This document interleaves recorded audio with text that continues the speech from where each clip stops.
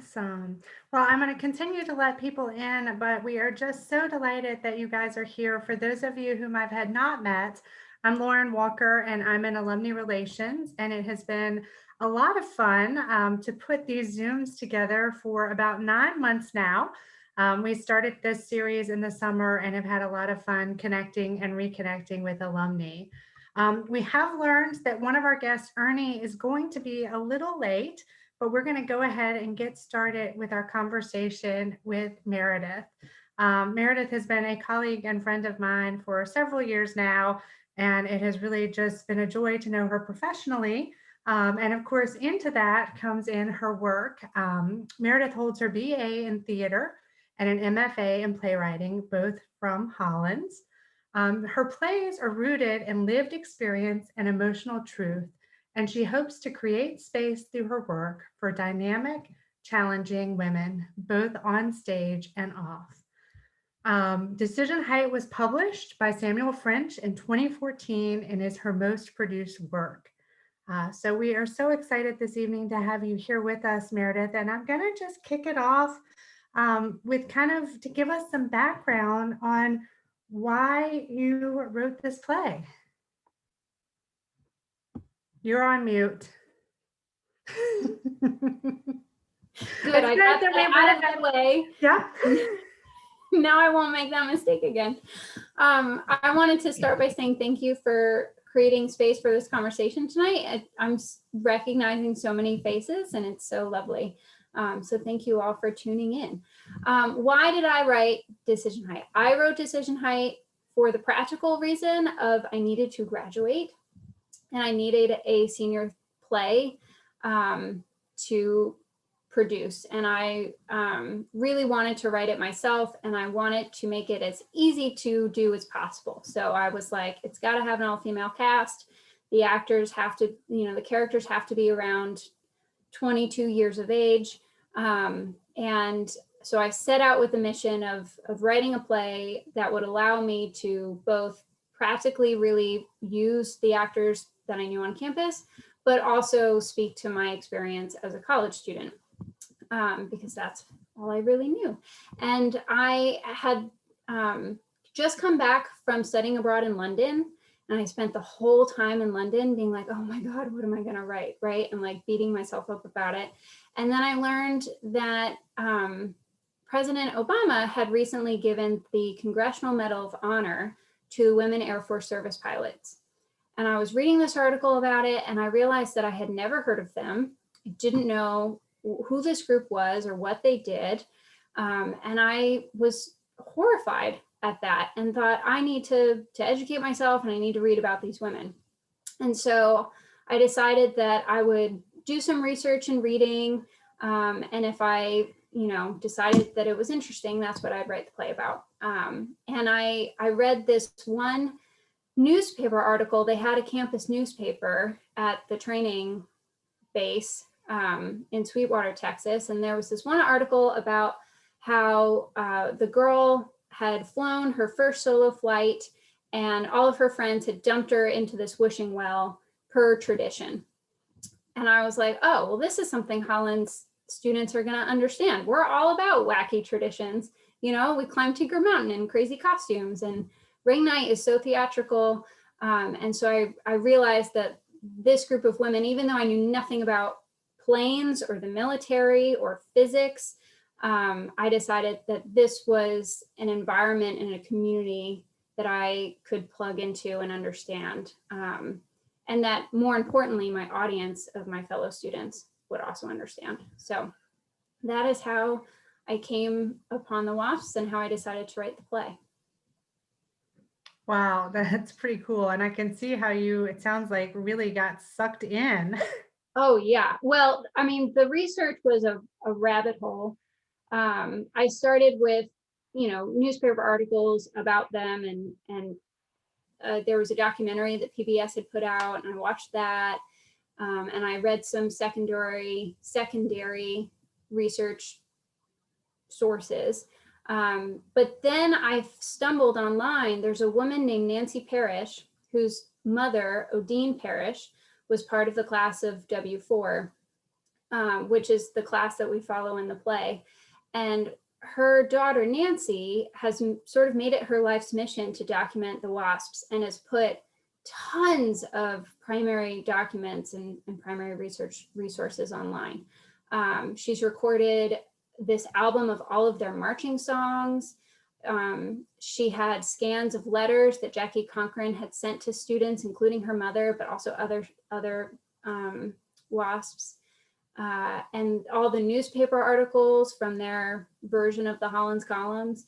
And it was fascinating. And then I started looking at other academic institutions that had done interviews with WASPs and other sort of coverage.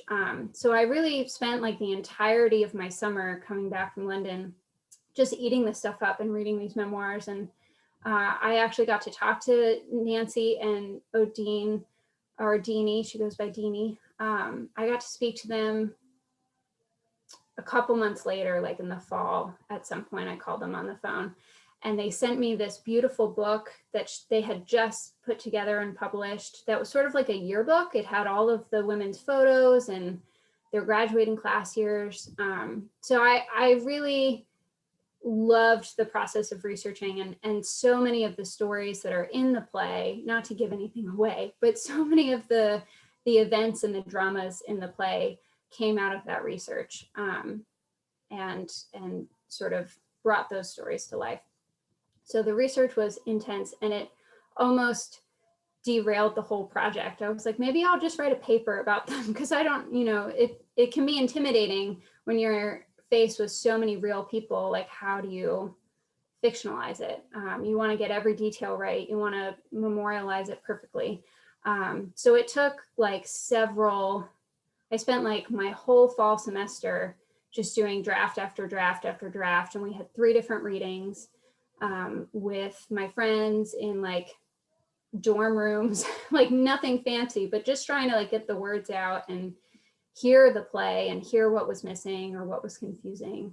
And with every sort of draft, I was able to take a little further step away from the history and lean more on my own lived experience and my friendships, and putting that like emotional truth into the play, in and amongst all of the historical framework. Wow, that's really neat. So talk with us a little, if you will, give us a kind of behind the curtain, Meredith, and I see Ernie's joined us, into your process. Do you have a favorite time of day that you like to write and focus? Is there a magic hour? What is that? How do you get known? Yeah, it's evolved quite a bit since the time that I worked on this play. But it does take me a little bit to get going. So I know some people who are like, I write an hour every morning and that, that's enough. I need like 3 hours, because I spend an hour just like reminding myself what was, I read through what I've already written and I try to like reorient myself in the characters' brains, and it takes some time for me to get started. So every year I feel like I have to find like a new process. And not everyone on the call knows, but I now have a daughter and she's 15 months. And so that's really thrown my writing sort of structures for a loop, and I'm finding new ways to do it. But I spent like, I would give myself weekend retreats with Decision Night, because I was in college and I wasn't working and I could do that. So I would give myself a whole Saturday to like really just sit with it and do all of the revisions on it. And then we would take time away and we'd go back to rehearsal, and yeah. Ernie, I want to kick it over to you. I'm so glad that you're here with us. So we've talked a little bit with them about like how and why I wrote the play and the research behind it. We haven't yet talked about that first production though, or this revival. So do you want to talk a little bit about how this revival process, especially with it being virtual, has been different than the original sort of production that we did back in 2013? Oh, and you're muted, sir. Thank you. You're welcome. Before we get too far into the future, hi, welcome. I'm sorry I was a little bit late getting here. I had a family emergency, but let me tell you a little more probably than Meredith told you about the beginning of this play. When Meredith was actually a visiting prospective student, and I kind of probed asking what she thought she wanted to be in the theater. She mentioned playwriting, but she was really enthusiastic about musical theater and performing in musical theater and singing and dancing. And, it was great. Okay, wonderful. So when she arrived, I pushed her in that direction and said, okay, audition for your first musical.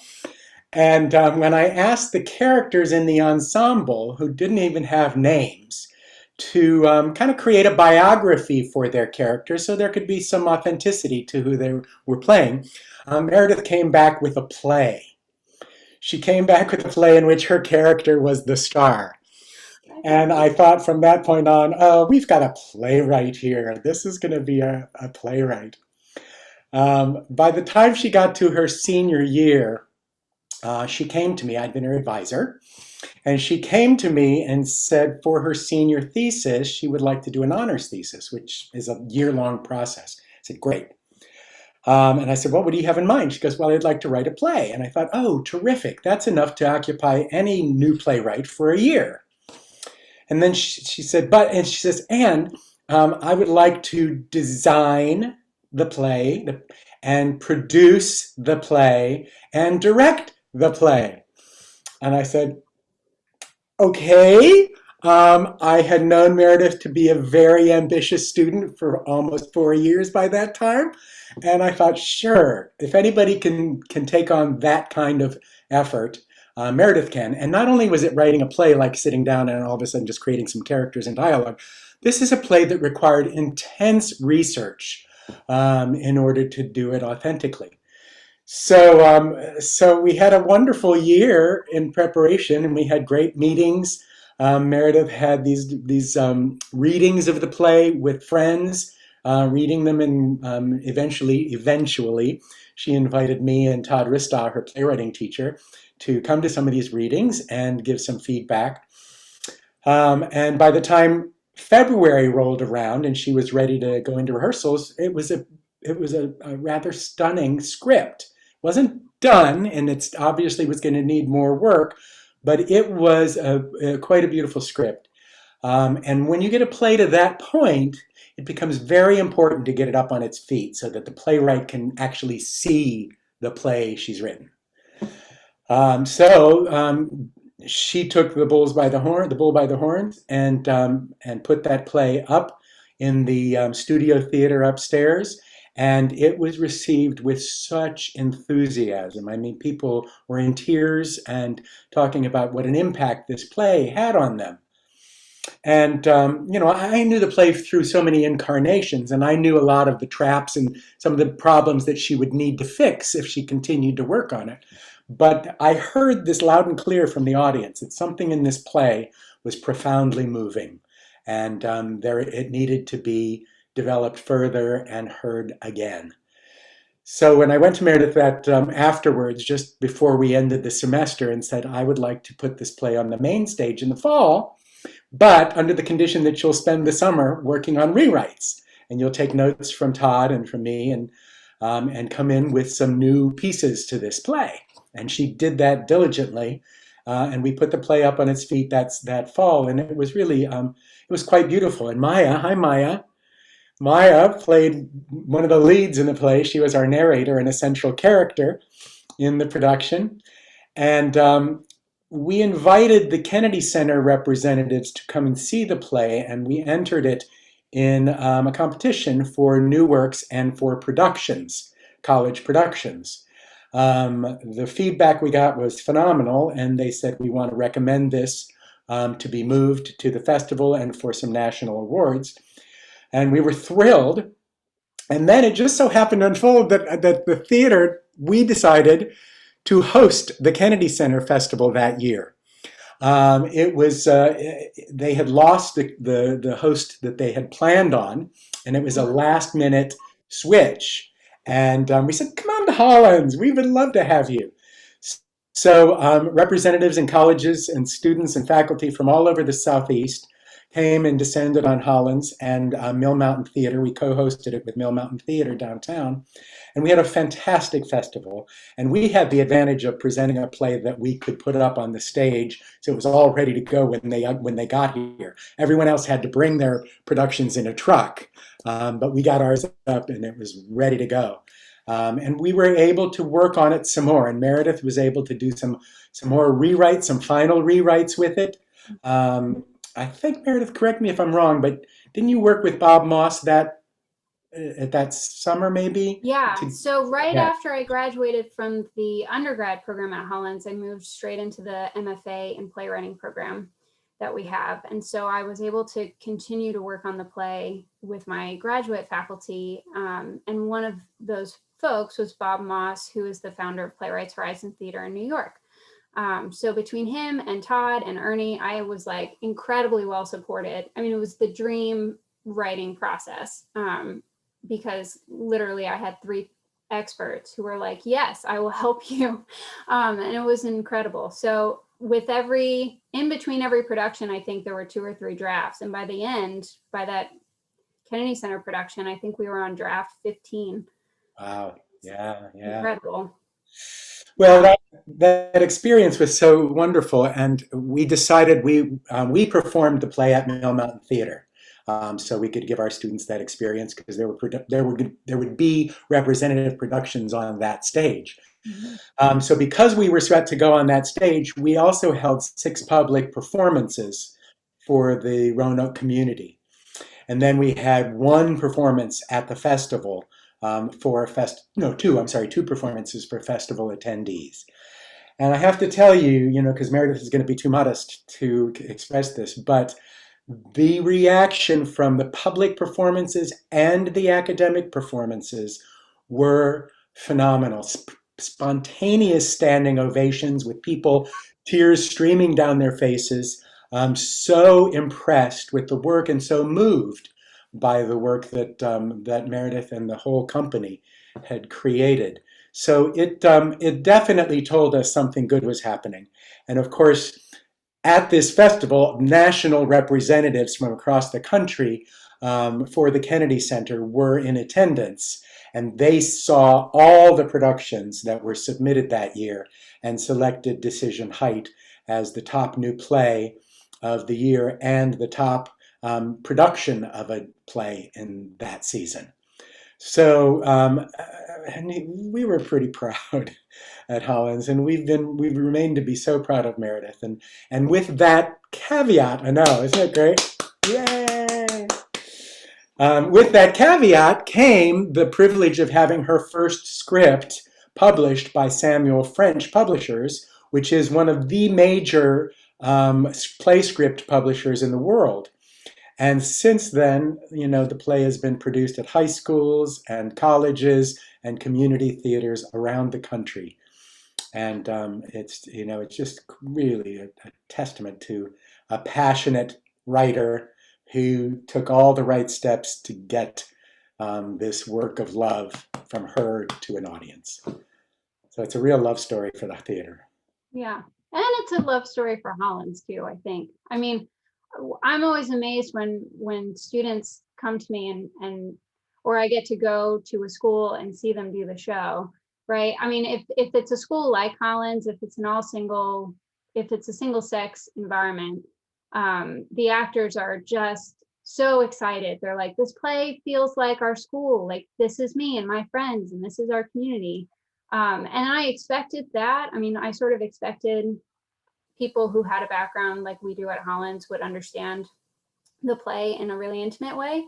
But I'm so delighted when I go to places like Virginia Tech or UCF in Florida, these big state schools where the women come to me and say, there are so few parts for us in most of the main stage productions. I've never viewed any of my peers as a friend.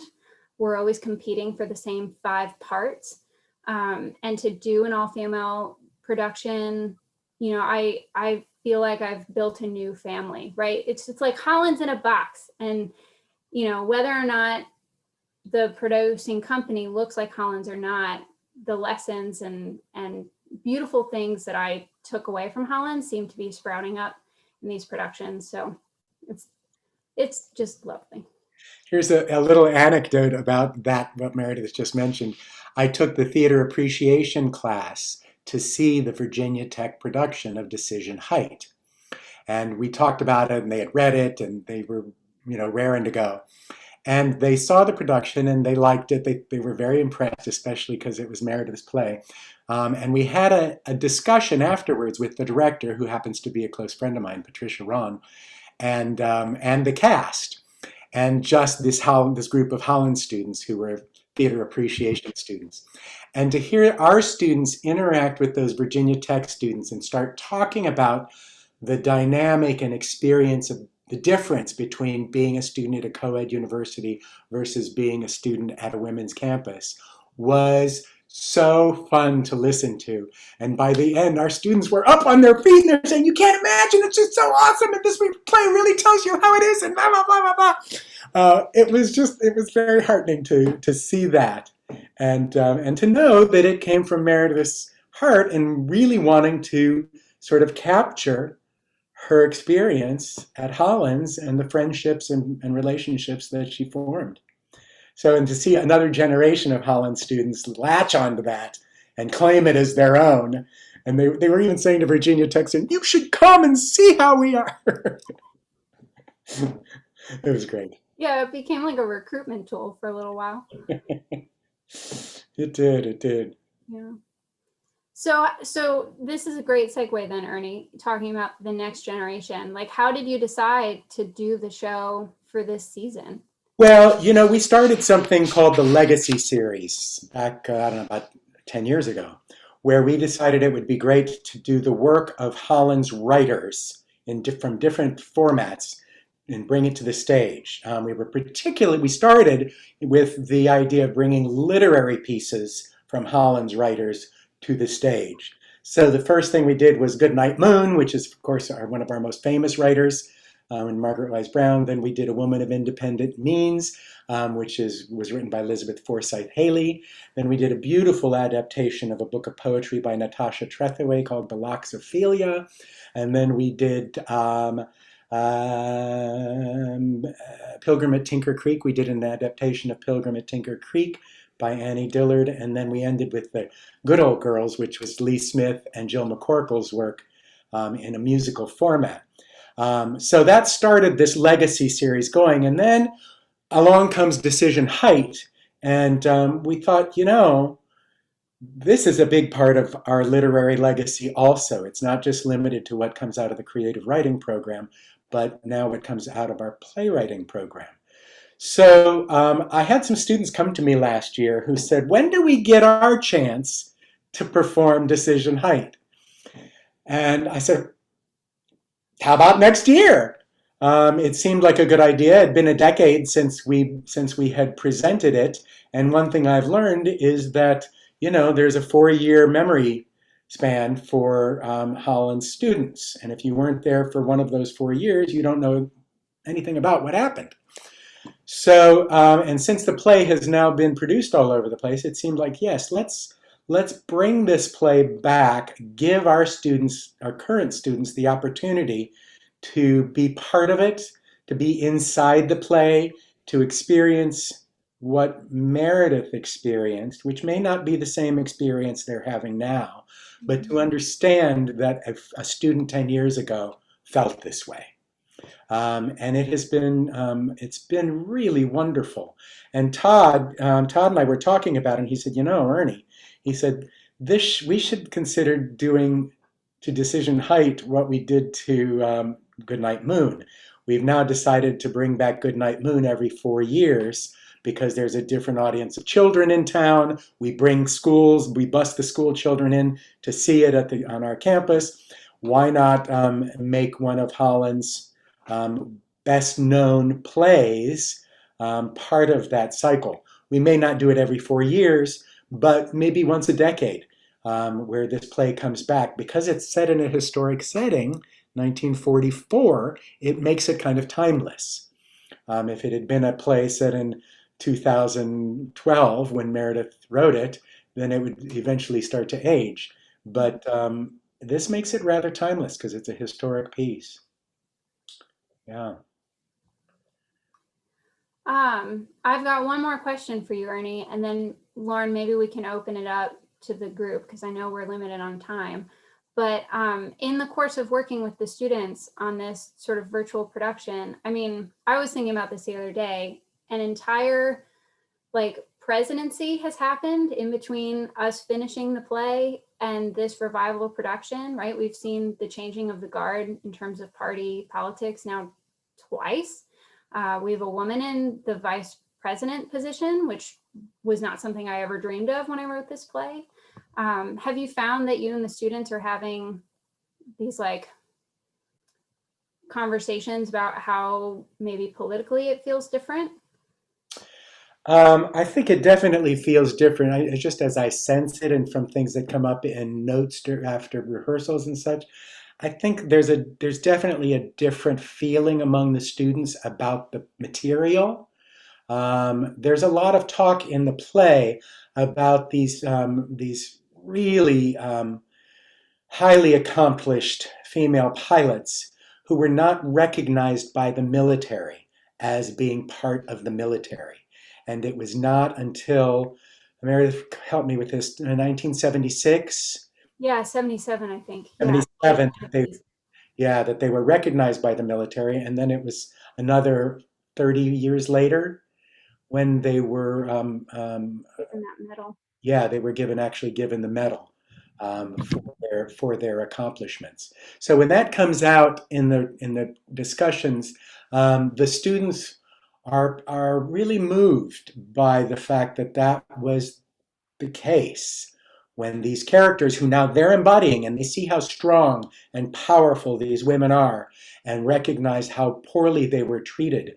And twice in the play, Meredith beautifully places these telegrams where two women get a telegram, one from the military, from the government, saying that your brother had passed away, and it's a lovely telegram telling that he had died in action, and the other one was that a woman's husband was missing in action. And they're beautiful, not beautiful, but they're very dignified telegrams to these women announcing this great loss, and they acknowledge the great loss.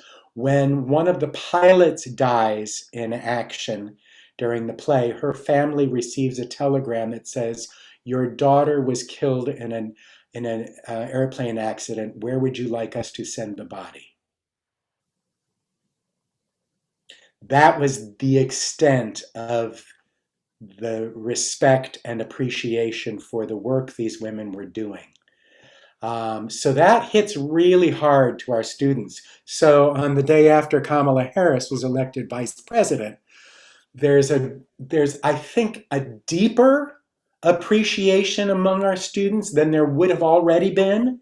Already there was a profound appreciation, but they're in an era now where they're seeing women in Congress, and the numbers of women in Congress escalating. The women in classrooms, the women in the vice presidency seat. So for them to see the distance that has been traveled from 1944 to 2021 is a really moving experience. So in that way, I think it's informed the actors, and it allows them to take a deeper step into the shoes of these characters, and do their due diligence in representing them honestly for an audience.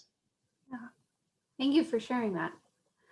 Lauren, I've lost you there you are. I lost you on my screen for a second. Is it appropriate for us to open it up to questions? I saw somebody had raised a hand. I think that's great. I know Emily has one to kind of kick us off. And Ernie, I just want to say thank you for being here. I did a pitiful job of really showcasing Meredith's talents. And so we know how humble she is. So thank you for doing that justice and allowing us to celebrate her in her playwright. Absolutely. I do it all the time. I shout it from the highest hills. Emily, go ahead if you'd like to take yourself off mute. I will. Hi, Meredith. It's good to see you again. And Ernie, good to see you. I wonder if you could describe the premise of the play. Ernie, I was surprised to hear you describe it as timeless, because 1944 is hardly timeless.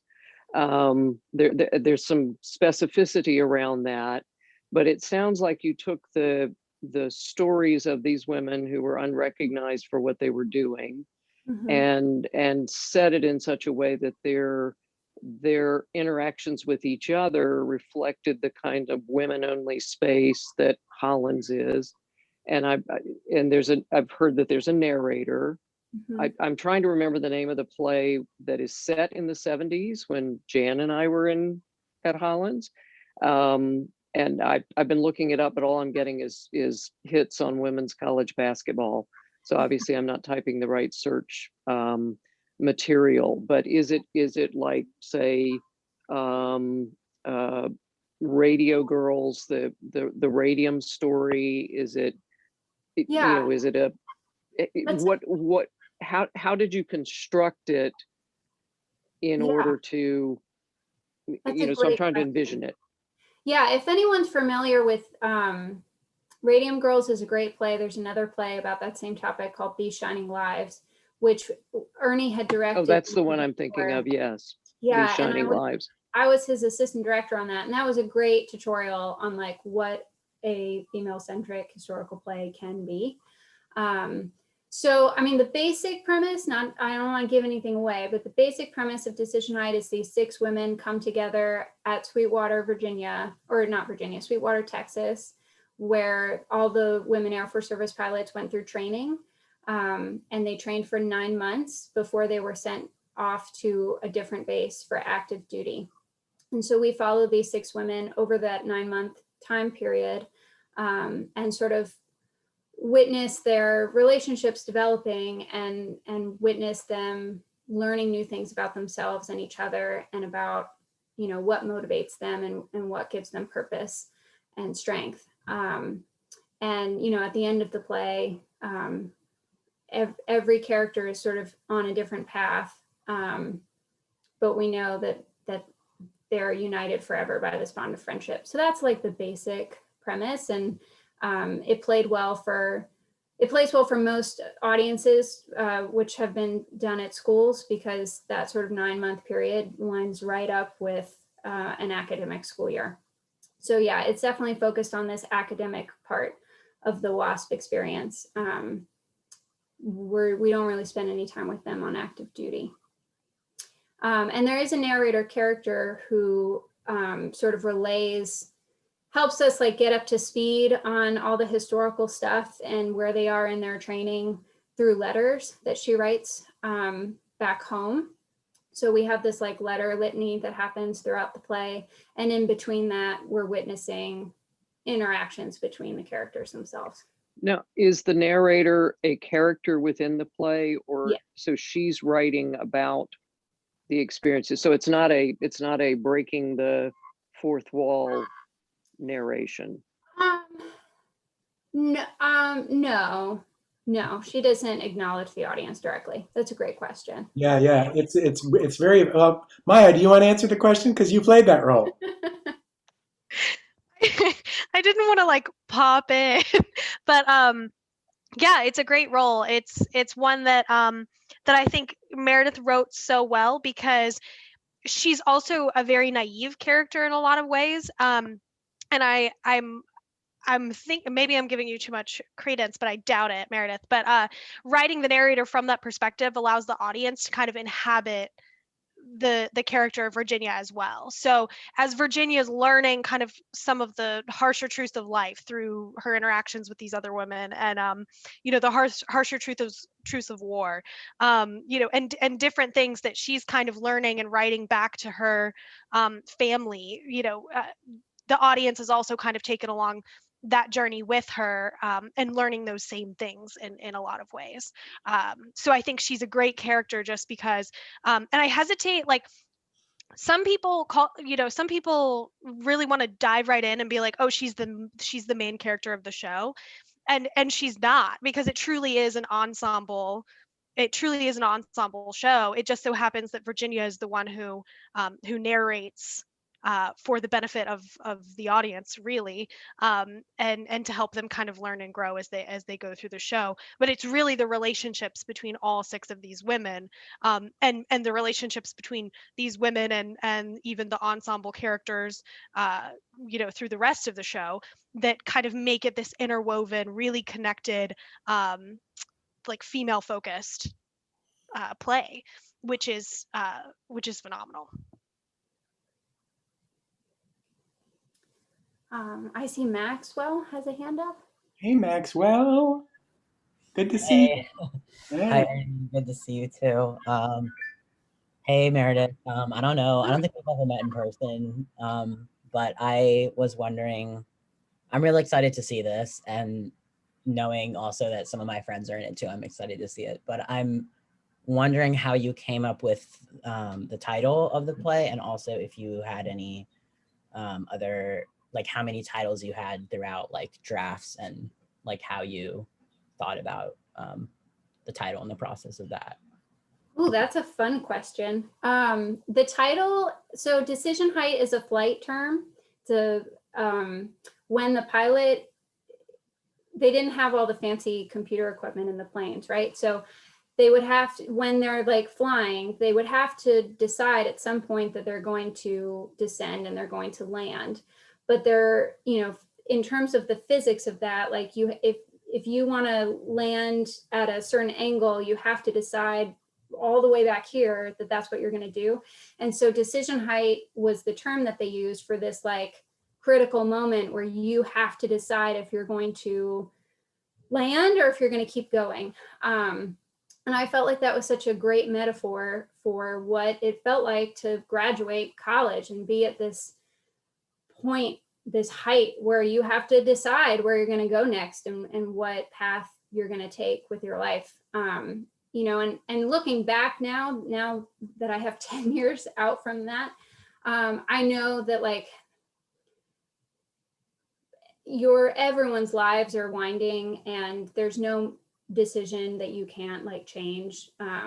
But as a senior in that moment, I felt like, oh my God, whatever I do next is going to define my life. And it felt so huge. And this metaphor was really helpful for me to sort of put my hands around that feeling and fear. And it, it had the benefit of being a flight term, which was nice and on brand. So that was always the title. That stayed the title the whole time, which was great. It was nice to not have to rethink that. Nice. That's cool. Yeah, thanks for asking. Susan? Hi, how are you? Hi, I'm good. How are you? Good. You said you really could relate to the community of women because of your Hollands experience. And I wondered if there was a character with whom you particularly identify in the play, that you put more of yourself in that character than maybe some of the other ones. Oh, that's a great question. I would say probably Virginia, who is the narrator, sort of observing character. I think if you had to look at them all and decide which one has most of my voice, that's probably it. I came to Hollands very sheltered and I did a lot of growing up in college. So I really identified with her sense of self-discovery that takes place over the course of the play. But I think anytime you're writing characters, I mean, a little bits of you are in everybody. It's impossible to like write yourself out of something. But Virginia was the one who I think I most deliberately sort of leaned on my own life experience for. It's a great question.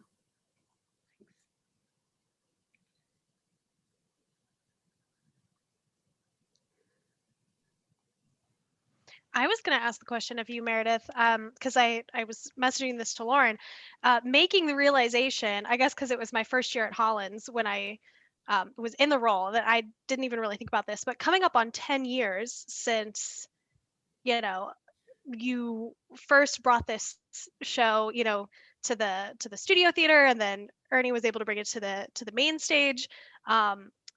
With that in mind, and I guess maybe some of the interactions that you've had since then, has it kind of hit you yet? Or in what kind of capacity or to what level has it hit you, of how impactful this show actually is, not only for the Hollins community, but anyone that you've interacted with, any of the productions that have been done, as Ernie said, like at the high school, college, community theater level, to where you've really kind of got a sense of really how amazing this show is. Yeah.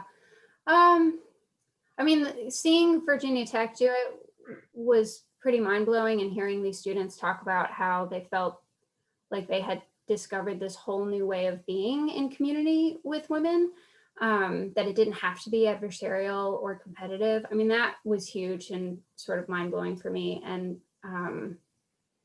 I didn't set out to write a play that would do that, but it was really gratifying to know that the play is doing that for people.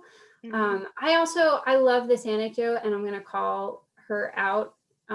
But we have a recent grad from Hollins, Katie Stuckel, who found Hollins through the play. So she had seen a production or been a part of a production, and please correct me, Katie, because I'm sure I'm not getting it right. But she had been involved with the production of it, and then learned that I'd gone to Hollins, and then she decided to look at Hollins and ultimately enrolled and graduated. And that felt like a full circle moment of like, wow, this play is not only doing what I wanted to do, but it's like helping other people find this beautiful, magical place. And that is all I need. I don't need any more awards or anything like that. That feels like joy enough for me. Hi, that's me. Yeah, I did. I was a senior in high school looking at women's colleges, and my friend was directing a production of Decision Height and said, look at this script, look at the school it came from and the playwright, and check it out because I think it would really fit you. And she was so correct. And like a month later, I visited Hollins, and ironically was there on the opening night of Goodnight Moon. So everything connects. But ended up at Hollins for 4 years, studied theater and English, worked on several plays with Meredith during that time. Shout out to She Made Space. And now as a graduate class of 2020, I'm actually coming back and working on this production of Decision Height as dramaturg. So I'm doing a lot of the same research that Meredith did 10 years ago, and bringing the historical information to the current cast and bringing in all of those connections as much as I can. It feels really good to be able to come back as a recent alum for the show that brought me here in the first place. Thanks for sharing that, Katie. Hey, Meredith. Yes. I am Meredith's colleague, and I just want to know, when I come back to the office, will you autograph this for me? Sure. We are in awe of your work, Oh, and it's just a gift to work alongside you, but I had to pull this out and say, I need your autograph. You're famous. You're wonderful. Yeah, I'll get online right behind Susie with my copy. Lauren, I see a few more hands. Do we have time to take a few more questions? Yeah, we'll let Emily have another question, and then I'll let you and Ernie wrap us up. So I was wondering if you're familiar with the story of the Mercury 13, the women who trained as astronauts. I am not familiar with that story. My friend Martha Ackman wrote their story, and it's called the Mercury 13. I had a chance to interview most of the women who were part of that. They trained, it was a secret mission. They were, and then all of a sudden Congress decided they couldn't go into space. And so they were never able to complete what they were trained for. And Martha's written very poignantly about how these women in later years looked at what they did and what they could have done. And so I'm wondering, as you mentioned, as 10 years have passed and you're kind of thinking about that, and remembering when I was a student that John Glenn's wife came to campus to conquer her stuttering problem. I mean, that it, I'm making all kinds of connections here. Yeah. That it was for these women in 44, for the women in the 60s and who were training for these missions, the 50s and 60s, training for these missions, and for women of my generation who began breaking barriers, but who look back now. I mean, I look back now and I think, dang, if I'd come along 25 years later, I might have been able to play real basketball. I didn't have Susie's talent on the hockey field, but nor did I have it on the basketball court. But what in looking ahead, do you have a sense of maybe now taking on a generational approach? Where are you headed next in your playwriting? Are you interested in continuing this structure or this research, or are you moving in a different direction? And I think I've just asked about 5 or 6 different questions. Just take whatever you want. Okay. Well, the most direct answer is that I try to write a play that's the opposite of the one I just wrote, right? So after I wrote Decision Height, I wrote like a really cute rom-com that didn't require any research of any historical nature. And then after that, I like bounced to do a one-person show, right? So every project sort of, I try to like exercise different muscles and not do the same thing over and over and over. But I have been feeling this like call the last year to like do another all-female show. And I just haven't found the right, maybe Mercury 13's it, but I haven't found the right like container yet for what I want to say. But I think it's really important that I feel a great responsibility as a female playwright to continue to write work that makes space for women, both on stage, but also behind the scenes. Like how can I use this play to advance a female director's opportunities or a female designer's opportunities, right? So yeah, I'm definitely like about historical plays that highlight women. I haven't written one since Decision Height, but I'm not ruling it out. So thank you. Haley, I see your hands up. Hey girl. So obviously when I first saw Decision Height, I did not know you. And I was really struck by the dialogue, and it really felt like people from this time who were talking. And as someone who at the time was a creative writing major, I have a really hard time writing dialogue and not having my voice kind of shine through. Obviously, once I did meet you, I realized you're a bit of an old soul, but still, it's really hard to kind of jump into like that time frame and not make references to like current day. And I was just wondering what that process was like for you. Well, so Ernie can attest, there were lots of anachronisms that got written out over the course of drafts. It's really hard. It took 15 drafts to get there. I was not a pro at it, but I think reading as many primary sources as I did was really helpful in terms of hearing how they were talking, whether it was a newspaper or an interview, or memoirs especially were fantastic. So there was that sort of alchemy type stuff of just trying to immerse myself in those vernacular patterns and trying to stay in that mind frame when I was writing. And as we kept working on drafts, actors are really helpful. Actors would come to me and say, I don't think Norma Jean would say it this way. Like, can we maybe play with this line? That's so important. And I cannot say enough that being in a rehearsal room is the playwright's greatest gift, because the actors and the director and the designers are so important to that collaborative process. It really is a team effort. So having such a wonderful sort of process of working with multiple productions on this play was really helpful to that end. And then also, this is like a small thing, but I would try to pick one or two things that every person does. So like Carol repeats herself all the time, but only Carol does that, right? Norma Jean has like certain words that she'll say that no other character says. So like one person might say it was horrible and another person might say terrible, but like not, the other person wouldn't say the other word. So small things like that can be like helpful handholds, particularly when you're revising and you're reading so many drafts.